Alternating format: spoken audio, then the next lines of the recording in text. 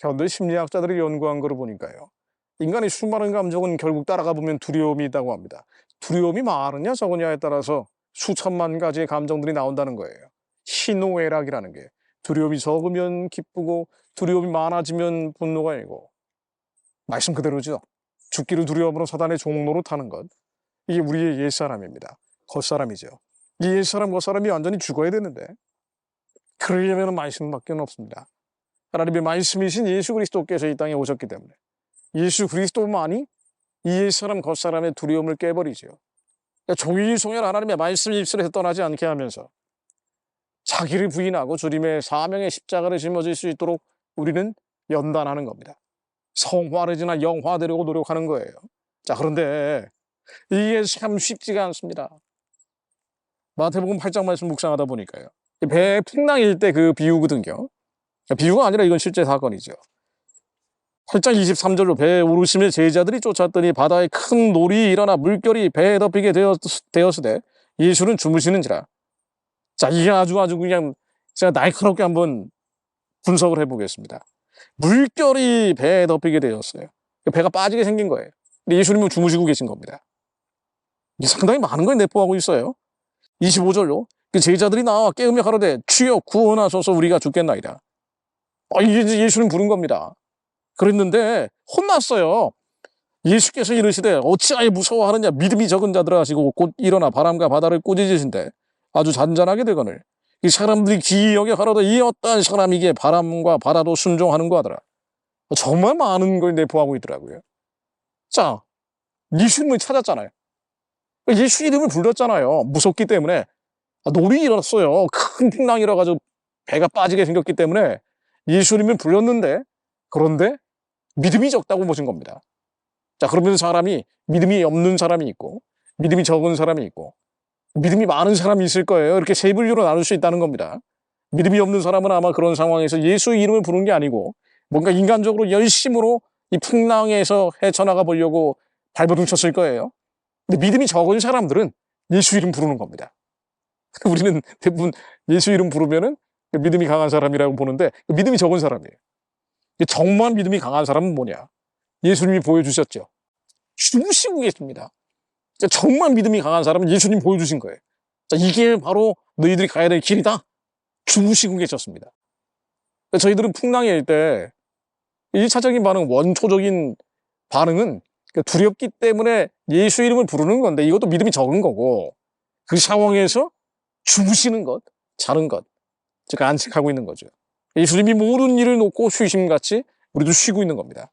예수 안에서 의와 평강과 희락을 누리고 있는 것, 이것이 두려운 상황에서도 폭풍우가 일고 비바람이 몰아치고 있는데도 믿음이 강한 자의 모습이에요. 성령 안에 항상 깨어있는 거죠.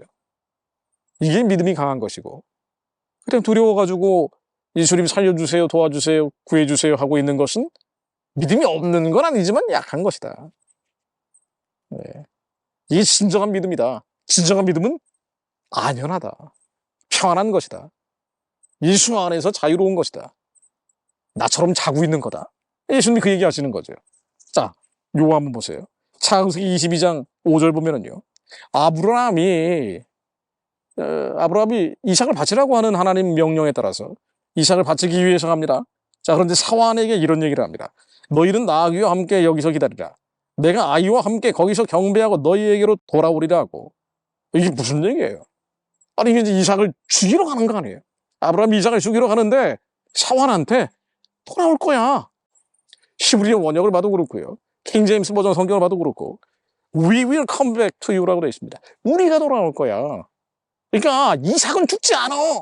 하나님이 바치라고 했지만 하나님의 약속이 있기 때문에 반드시 하나님의 뜻이 있을 거예요.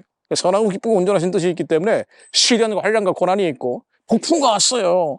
유라굴로 황풍이 왔습니다. 불붙는 용광로 속에 떨어져 버렸는데 사망의 음침한 골짜기를 걸어가고 있는데도 불구하고 하나님의 약속은 이루어질 거야. 하나님의 언약은 성취될 거야.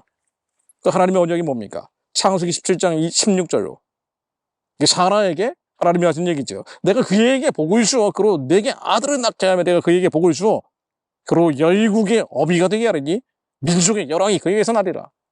이삭이 안 죽는다는 거 아니에요. 민족의 열왕들이 계속 나온다는 얘기 아닙니까? 18절 18절요. 아브라함은 강대한 나라가 되고 천하 만민은 그로 인하여 복을 받게 될 것이 아니냐. 이 약속을 믿은 거예요.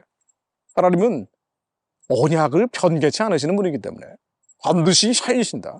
반드시 도우신다. 반드시 지키신다. 수많은 위경과 위난들이 있지만 어렵죠. 힘들고 괴롭죠. 시험이 온다 하더라도 우리가 예수 안에 있는 한 하나님이 반드시 지키시고 도우시고 보호하실 것이기 때문에 살려주실 것이기 때문에 광풍 속에서도 주무시고 계신 예수님처럼 나도 예수님 안에서 모든 일을 놓고 평강과 평안과 세상에는 없는 안식 가운데 머물 거야. 이 세상을 죽여도 살리실 거야. 하나님의 이 약속을 지키실 거야. 이루실 거야. 그러니 나는 두려워하지 않아. 이게 진짜 믿음이죠. 하나님은 복에 복을 더하시고 번성케 하고 번성케 하시는 영입니다. 하나님은 도적질하는 영이 아니에요. 죽이고 멸망시키는 영이 아니고 우리의 아버지십니다. 당신과 나의 아버지예요. 반드시 하나님은 우리를 가장 선한 길로 인도해 주시는 분입니다. 우리는 그것을 믿습니다. 광풍이고요.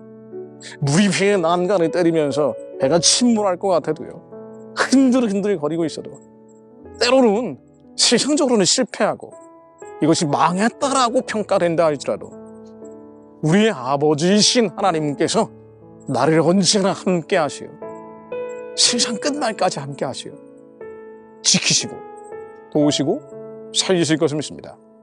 시련이 온다고 해도 피할 길을 열어주시며 우리가 감당할 수 없는 시련은 주지 않으시는 분이며 도저히 견뎌낼 수 없어서 죽을 것 같아도 이것이 우리를 위한 것임을 저희들이 믿습니다. 우리의 아버지시기 때문에 이것을 믿습니다. 하나님은 도적질하는 영이 죽이고 멸망시키는 영이 아니에요. 음부로 끌어들이는 영이 아니에요. 우리를 영원한 생명수 샘물을 값없이 마시게 하기를 원하시는 분이기에 저희들이 하나님을 믿습니다. 균열한 불구덩이 속에 들어가 있는 것 같아도 사망의 음침한 골짜기를 걸어가는 것 같아도 광야를 걷고 있는 것 같아도 하나님이 저희들과 함께 하시어 신발이 헤어지지 않게 하시며 옷이 떨어지지 않게 하시며 만나와 메추라기로 먹여주시는 하나님, 저희들이 하나님을 믿습니다. 우리의 믿음이 약한 데서, 믿음이 없는 건 아니지만 믿음이 약한 데서 믿음이 강해지게 하시어 하나님만을 믿는 자를 이르게 하옵소서. 예수 그리스도께서 우리를 살리실 것을 믿습니다. 예수 그리스도께서 이 민족의 부르심의 소망을 감당케 하실 것을 믿습니다. 예수 그리스도 이름으로 기도드립니다.